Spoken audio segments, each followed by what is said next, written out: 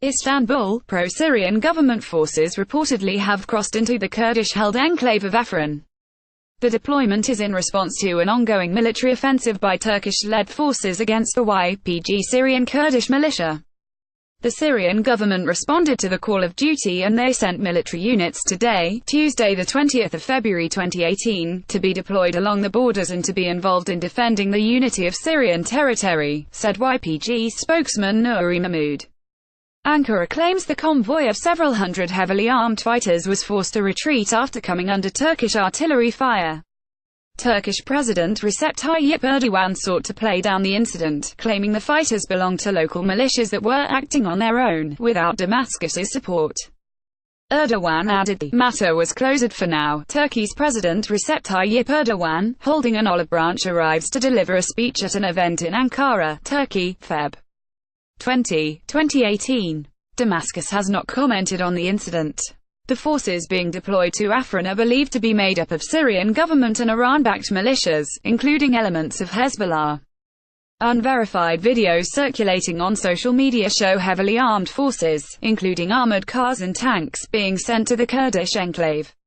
One fighter reportedly declared, "We are coming for Erdogan, Russia." Iran consulted Erdogan said Tuesday he had warned his Russian counterpart, Vladimir Putin, in a telephone conversation Monday that Damascus would face serious consequences if it sent its forces to Afrin in support of the YPG militia. On Monday, Syrian state TV reported Damascus had reached an agreement with the YPG to deploy forces to secure Afrin. In a speech to parliamentary deputies Tuesday, Erdogan declared Afrin's main town, also called Afrin, would be put under siege in the coming days. Erdogan also claimed after speaking to his Iranian and Russian counterparts he had ported an agreement between Damascus and the YPG to support the Kurdish militia against the Turkish incursion. Last month, Ankara launched its military offensive into Afrin against the YPG militia, which it accuses of being linked to a decades-long Kurdish insurgency in Turkey. Erdogan has pledged the operation would continue until the militia is removed from the enclave. Damascus has opposed the operation, calling it a violation of its territorial integrity, and pledged to resist it, but until now has not taken action. "I don't think Ankara and Damascus are so eager for a direct confrontation," said Metin Gürkan, a Turkish defense analyst. "But the real danger is that Turkey has the Free Syrian Army proxies and Assad has two pro-Assad militia. Those proxies have this bloody feud with one another. A clash is possible between them. Russia calls for talks. The rising tensions pose a major headache for Russia.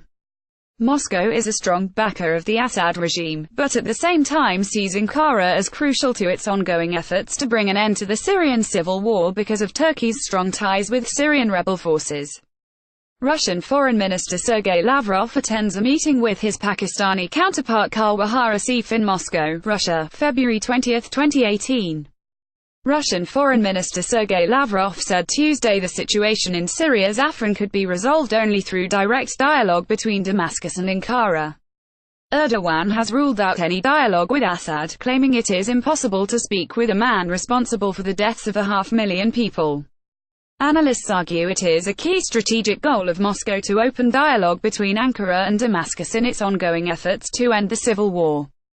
The risk of Ankara and Damascus-backed forces sliding into a direct confrontation could force Moscow into choosing sides, given it controls Syria's airspace and currently allows Turkish jets to support the ongoing offensive in Afrin. The Turkish operation, with jets, tanks and howitzers, has been possible so far due to the indirect support of Russia, the main ally of the al-Assad regime, together with Iran, Murat Yetkin wrote Tuesday in the Turkish daily Hurriyet. Ultimately, Moscow could have the most at stake in the rising Turkish-Syrian tensions.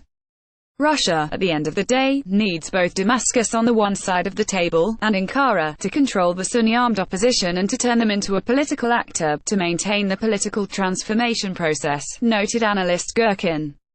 "I don't think Moscow will let the destruction of this very fragile, very complex negotiating table which it has been constructing for more than 1 year,